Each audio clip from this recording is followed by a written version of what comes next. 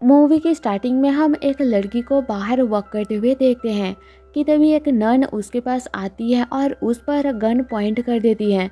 Scene यहाँ से cut होकर ग्रेस नाम की एक लड़की को दिखाया जाता है। वो आई स्पेशलिस्ट है और एक बूढ़ी औरत की आंखें चेक करके बताती है कि उनकी आंखों का कंडीशन काफ़ी क्रिटिकल है और इसका इलाज कराने के लिए ग्रेस अपनी एक फ्रेंड जॉन, जो कि आइस का डॉक्टर है, उसको रिकमेंड करती है। बूढ़ी औरत प्राइवेट डॉक्टर का खर्चा नहीं उठा सकती, इसलिए ग्रेस अपनी डॉक्टर फ्रेंड को कह के फ्री में उनका इलाज कराने का बंदोबस्त करती है। घर वापस आकर ग्रेस अपने काम में बिजी होती है कि तभी लाइट चली जाती है और घर के अंदर उसे किसी का होने का एहसास होता है। चेक करने पर उसे वहाँ कोई नहीं दिखता और उसके भाई के फोटो पर खून लगा हुआ पाती है। इतने में उसे एक कॉल आता है जो कि डिटेक्टिव हैरिस का होता है। हैरिस उसे बताता है कि स्कॉटलैंड के माउंट सेवियर कॉन्वेंट के पास उन्हें ग्रेस की भाई माइकल का डेड बॉडी मिला है और उन्हें लगता है कि ये सुसाइड केस है।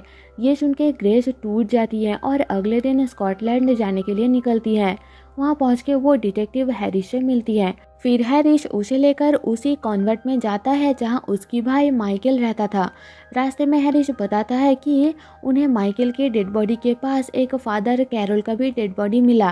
कंडीशन देख के उन्हें लगता है कि माइकल ने पहले फादर कैरोल को मारा और फिर खुद की जान ले ली। साथ में हैरिस ये भी बताता है कि कुछ हफ्ता पहले वहाँ एक नन ने शैतान को देखने का दावा किया था और उसने खुद की एक आंख काट ली थी। पर ग्रेस इन सब बातों पर विश्वास नहीं रखती। वो नास्तिक है और कहती है कि उसकी भाई किसी का खून नहीं कर सकता। कॉन्वेंट पहुंच के ग्रेस एक नन, जो वहाँ की मदर सुपीरियर है, उनसे मिलती है। मदर सुपीरियर उन्हें बताती है कि माइकल को किसी डिमोन ने पॉसेस कर लिया था और फादर कैरोल उसे मदद करने की कोशिश में थे, जिस दौरान पॉसेस्ड माइकल ने फादर की जान ले लिया और फिर खुद को मार दिया। ये सब सुन के ग्रेस मदर सुपीरियर पे चिढ़ जाती है क्योंकि उसे नन नहीं पसंद। फिर हैरिस ग्रेस को लेकर कॉन्वेंट की उसी प्लेस पर जाता है जहाँ से माइकल का डेड बॉडी मिला था।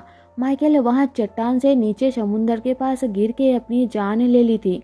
इसके बाद ग्रेस मोटा घर में अपनी भाई की डेड बॉडी देख के बहुत रोती है और नोटिस करती है कि डेड बॉडी पर कोई रेत नहीं है। तभी वो अपने पीछे माइकल की आत्मा को देखती है, जो उसे कहता है कि यहाँ बहुत खतरा है, और बचपन की बात याद करते हुए ग्रेस बेहोश हो जाती है। होश में आने के बाद वो वेटिकन से आया फादर रोमेरो से मिलती है, जिन्हें वह माइकल का केस और कॉन्वेंट में हो रही डिमोनिक एक्टिविटीज़ को देखने के लिए बुलाया जाता है।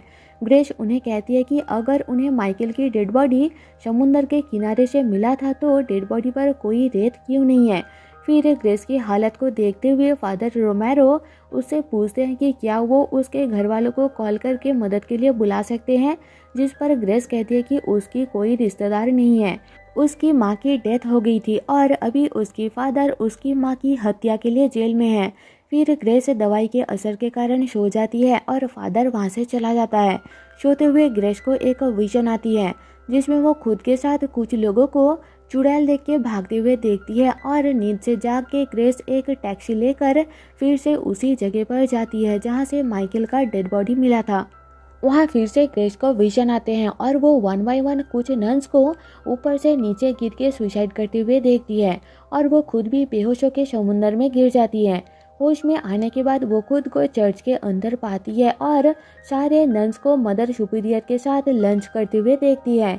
ग्रेस उनसे अपनी सामान और मोबाइल मांगती है तो मदर सुपीरियर कहती है कि टैक्सी ड्राइवर ने उसे समुंदर की पानी से बाहर निकाल के यहाँ लाया था, उसके कपड़े सूख रहे हैं। तब तक वो ग्रेस को उनके साथ लंच करके रेस्ट करने को कहते हैं। तभी फादर रोमेरो वहाँ आता है और ग्रेस को लेकर फिर से एक्सीडेंट स्पॉट पर जाता है। रोमेरो कहता है कि ये जगह बहुत पुराना है। 12वीं सदी में वहाँ जो लोग रहते थे उन्हें knights of the morning star के नाम से जाना जाता था। उसी जगह पर उन्होंने अपनी की गलतियों के पछतावे के लिए खुद को पनिशमेंट दिया था, इसलिए वो जगह श्रापित है। पहले वहाँ टूरिस्ट आया करते थे पर फिर भूकंप से चर्च का एक हिस्सा समुंदर के अंदर चला गया और अब वहाँ कोई नहीं आता। फिर रोमेरो ग्रेस को एक सिंबल दिखा के कहता है कि पहले लोग इस सिंबल को बहुत मानते थे। लोग जितना भी पाप करते थे इस सिंबल के सामने खड़े होकर अपनी एक एक पाप याद करके एक एक कदम पीछे जाते थे।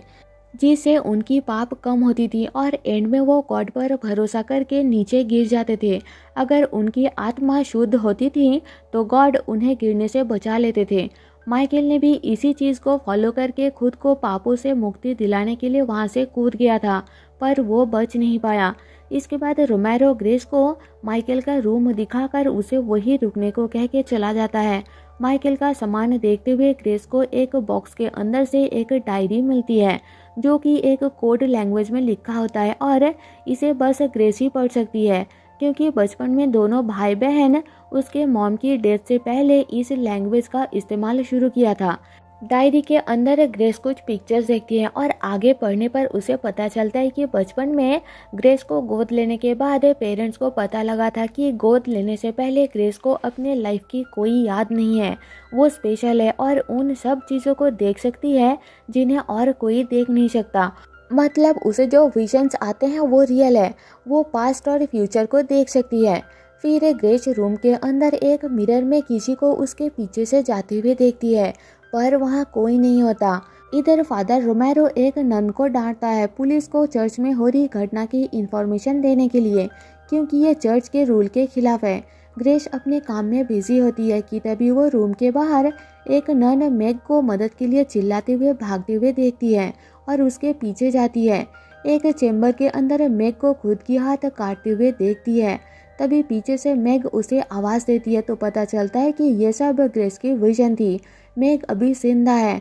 फिर ग्रेस मैग से मदद मांगती है और अपनी वही डॉक्टर फ्रेंड जॉन को कॉल करके बताती है कि माइकल को किसी ने मार दिया है और वो वहाँ फंसी हुई है, उसकी तबीयत ठीक नहीं है, विजन्स आते हैं उसको। तभी मदर सुपीरियर वहाँ आ जाती है और विजन की बात सुन के ग्रेस से पूछती है कि उसे किस टाइप के विजन्स आते हैं, पर ग्रेस उसे कुछ नहीं बताती और वहाँ से चली जाती है।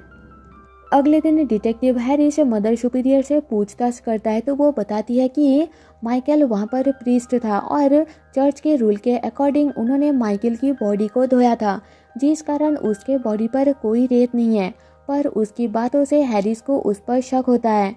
ग्रेस फादर रोमेरो को बताती है कि माइकल ने जानबूझ के वो डायरी कोड लैंग्वेज में लिखा था, क्योंकि वो नहीं चाहता था कि ग्रेस के अलावा कोई और उस डायरी को पढ़े।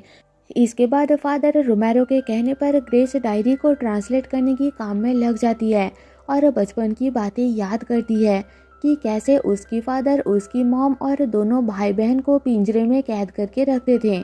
एक दिन ग्रेस अपनी डैड से पिंजरे का चाबी चुरा के माइकल को देकर उसे भागने को कहती है, पर वो चाबी माइकल की नहीं बल्कि उनके मॉम के पिंजरे की होती है, जिसे यूज़ करके मॉम भागने की कोशिश करती है पर डैड उन्हें पकड़ के मार डालते हैं। फिर वो ग्रेस की तरफ बढ़ते हैं तो ग्रेस एक बेड के नीचे छुप जाती है। इससे पहले कि डैड ग्रेस तक पहुंच पाए, पीछे से इनविजिबल कोई शक्ति डैड को मार के बेहोश कर देता है और ग्रेस बच जाती है। शीन अब प्रेजेंट में शिफ्ट होती है। ग्रेस फादर रोमेरो को बताती है कि डायरी में माइकल ने लिखा है कि बचपन में ये चर्च माइकल और ग्रेस को उनके पेरेंट्स के मौत के बाद अडॉप्ट करना चाहते थे। रोमेरो कहता है कि उसे इस बारे में कुछ नहीं पता, पर मदर सुपीरियर से उसे पता चला है कि माइकल वहाँ पुराना चर्च जो कि 1993 की भूकंप से समुद्र में धंस गया उसके बारे में पता करने के लिए आया था। फिर रोमेरो ग्रेस को कहता है कि अगर वो चाहे तो पुराने चर्च से रिलेटेड उस घटना के बारे में बहुत बुक्स रखा है, उसे पढ़ सकती है। फिर एक फ्लैशबैक में दिखाया जाता है कि पेरेंट्स के डेथ के बाद चर्च के लोग ग्रेस और माइकल को लेने गए थे, पर रास्ते में एक फादर माइकल को ज़बरदस्ती गाड़ी से उतार देते हैं क्योंकि उन्हें बस ग्रेस को ले जाना था। फिर फादर ग्रेस को कुछ दवा खिलाने की कोशिश करते हैं कि तभी उनकी गाड़ी की एक्सीडेंट हो जाती है और यहाँ से सीन प्रेजेंट में शिफ्ट होती है। ग्रेस चर्च में अकेली बैठी बुक पढ़ रही होती है कि तभी उसे किसी का होने का एहसास होता है। चेक करते हुए वो एक चेंबर के अंदर जाती है जहाँ उसे विजन आते हैं कि कैसे फादर और चर्च के लोगों ने उसके भाई पर उसी जगह पर जुल्म किया था। इतने में एक नन नाइफ लेकर उस पर हमला करती है, पर तभी इनविजिबल कोई पावर उसी चाकू से स्टैब करके नन को मार डालती है और एक बार फिर से ग्रेस को बचा लेती है। नन की डेथ के लिए डिटेक्टिव हैरिस का शक ग्रेस पर जाता है तो वो उससे पूछताछ करता है और उस रात ग्रेस को सेल के अंदर बंद करके रखता है। अगली सुबह फादर रोमेरो के कहने पर हैरिस ग्रेस को उसका सारा सामान वापस करके घर जाने देता है, पर ग्रेस विजन में अपनी डैड को देख के जेल में उनसे मिलने जाती है। डैड बताते हैं कि ग्रेस एक शैतान की बच्ची है। उन्होंने एक समुंदर के पास से उसे पाया था। वो श्रापित है और फिर उस पे चिल्लाने लगते हैं। चर्च में हम फादर रोमेरो को कुछ रिचुअल की तैयारी करते हुए देखते हैं। मदर सुपीरियर डिटेक्टिव हैरिस को बताती है कि ग्रेस एक रैलिक है। रैलिक उस इंसान को कहा जाता है जो पास्ट को बिलोंग करता हो, और ग्रेस के साथ इसका क्या कनेक्शन है वो हमें एंड में पता लगेगा।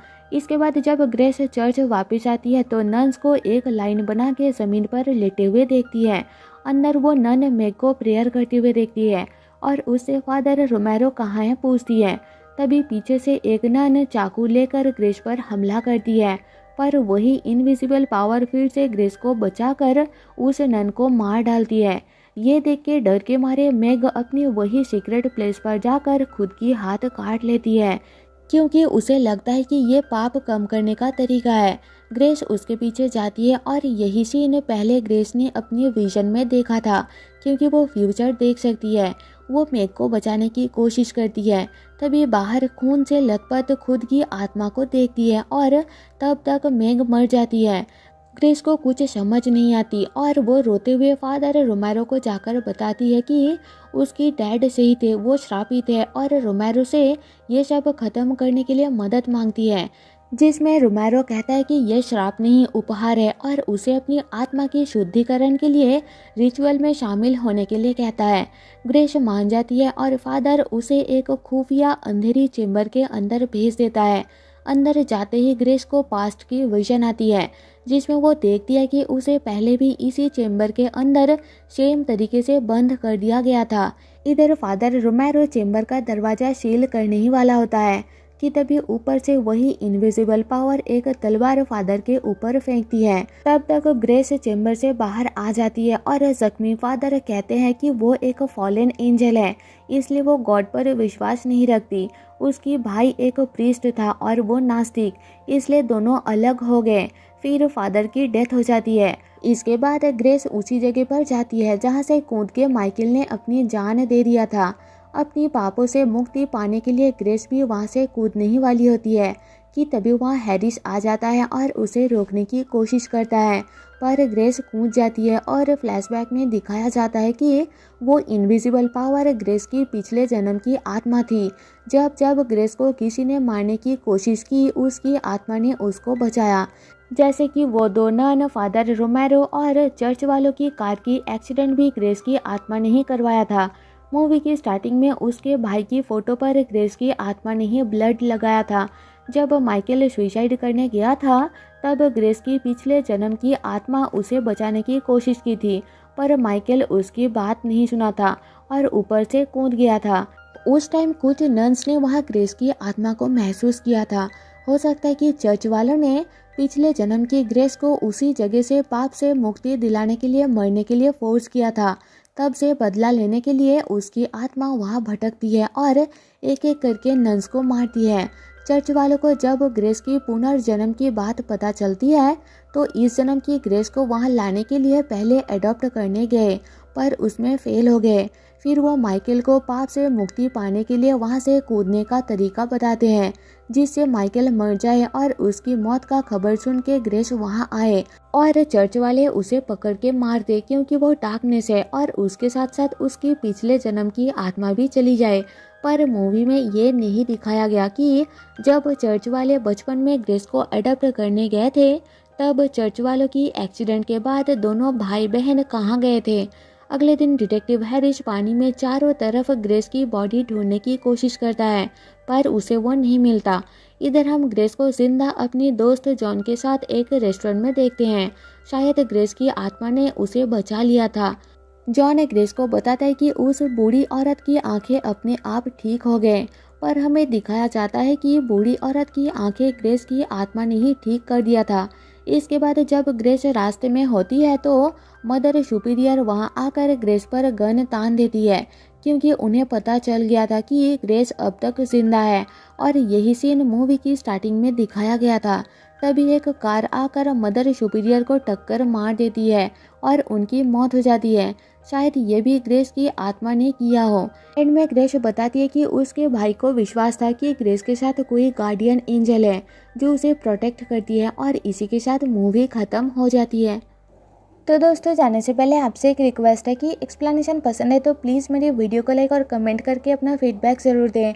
साथ ही साथ मेरे चैनल को सब्सक्राइब और शेयर करें, जिससे मेरे चैनल को ग्रो करने में बहुत ज़्यादा मदद मिल जाएगी। आप मेरे सेकंड चैनल में इंडियन मूवीज़ की एक्सप्लेनेशन देख सकते हो, जिसका लिंक मैंने नीचे डिस्क्रिप्शन में दे दिया है। उम्मीद है कि इस चैनल के जैसा वहाँ भी मुझे सपोर्ट करेंगे। मैं आपके लिए ऐसी न्यू वीडियोज़ लाती रहूँगी। मिलते हैं आपसे मेरे नेक्स्ट वीडियो में, तब तक के लिए stay safe and tata bye bye.